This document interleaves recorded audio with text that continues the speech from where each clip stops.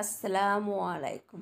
আজ আমি আপনাদের তৈরি করে দেখাবো খুব সহজে কিভাবে আপনারা তৈরি করতে পারেন সাদা ইলিশ বা ইলিশ পাতুরি। আর এরকম সহজ সহজ মজাদার রেসিপি পেতে আমার চ্যানেলটা লাইক কমেন্ট শেয়ার করতে ভুলবেন না। একটা প্যানের মধ্যে আমি মেজারমেন্ট কাপের হাফ কাপের চেয়ে একটু বেশি পেঁয়াজ কুচি করে নিয়েছি। আর পেঁয়াজটা যতটা সম্ভব কুচি করে নেওয়ার চেষ্টা করবেন। এর মধ্যে আমি 1 চামচ লবণ দিব। লবণ দেওয়ার পর আমি হাতের সাহায্যে পেঁয়াজগুলোকে লবণের সাথে ভালো করে এভাবে ডলে ডলে মেখে নেব। এতে করে পেঁয়াজগুলো অনেকটা নরম হয়ে যাবে। আমি এখানে শুধু পেঁয়াজগুলোকে কুচি করে নিয়েছি। আপনারা চাইলে এখানে কিছু পেঁয়াজ কুচি করে নিতে পারেন, আবার কিছু পেঁয়াজ বেটেও নিতে পারেন, আবার পেঁয়াজগুলোকে আধা ভাঙা করে বেটেও নিতে পারেন। পেঁয়াজগুলো মাখতে মাখতে যখন অনেকটা নরম হয়ে যাবে তখন আমি এখানে আগে থাকতে কাঁচামরিচগুলো মাঝখানে চিড়ে রেখেছি তা দিয়ে দিব। দেওয়ার পর আমি ইলিশ মাছটাকে ভালো করে পরিষ্কার করে পানি দিয়ে ধুয়ে এরকম করে পিস করে কেটে নিয়েছি। সেই পিসগুলো পেঁয়াজ আর মরিচের সাথে দিয়ে আমি ভালো করে মেখে নিব। মেখে নেওয়ার পর আমি 10 মিনিটের জন্য মাছগুলোকে রেস্টে রাখবো।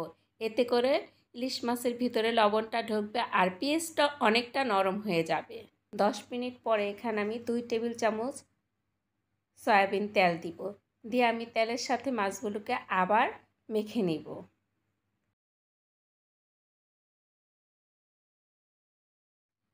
মেখে নেওয়ার পর আমি এখানে মেজারমেন্ট কাপের 1 কাপের একটু বেশি পানি দিব।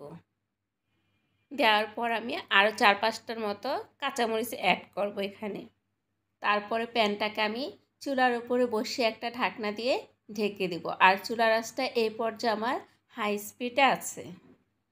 2 মিনিট পরে ঢাকনাটা উঠে আমি আপনাদের দেখাচ্ছি। দেখেন পানিটা ফুটে উঠেছে। এর মধ্যে আমি কিছু পাকা কাঁচামরিচ দেব। এটা সম্পূর্ণ অপশনাল, আপনারা চাইলে দিতেও পারেন আবার নাও দিতে পারেন। আমি দেখার সৌন্দর্যের জন্য এখানে কিছু পাকা কাঁচামরিচ অ্যাড করছি, সাথে কিছু কাঁচামরিচও অ্যাড করছি। আর কাঁচামরিচগুলো আমি এখানে চিড়ে দেইনি। দেওয়ার পর আমি আবার একটা ঢাকনার সাহায্যে ঢেকে দিব। এবার আমি চুলার আঁচটা লো আর মিডিয়ামের মাঝামাঝি রাখবো। এভাবে আমি 5 থেকে 6 মিনিটের মতো রান্না করব।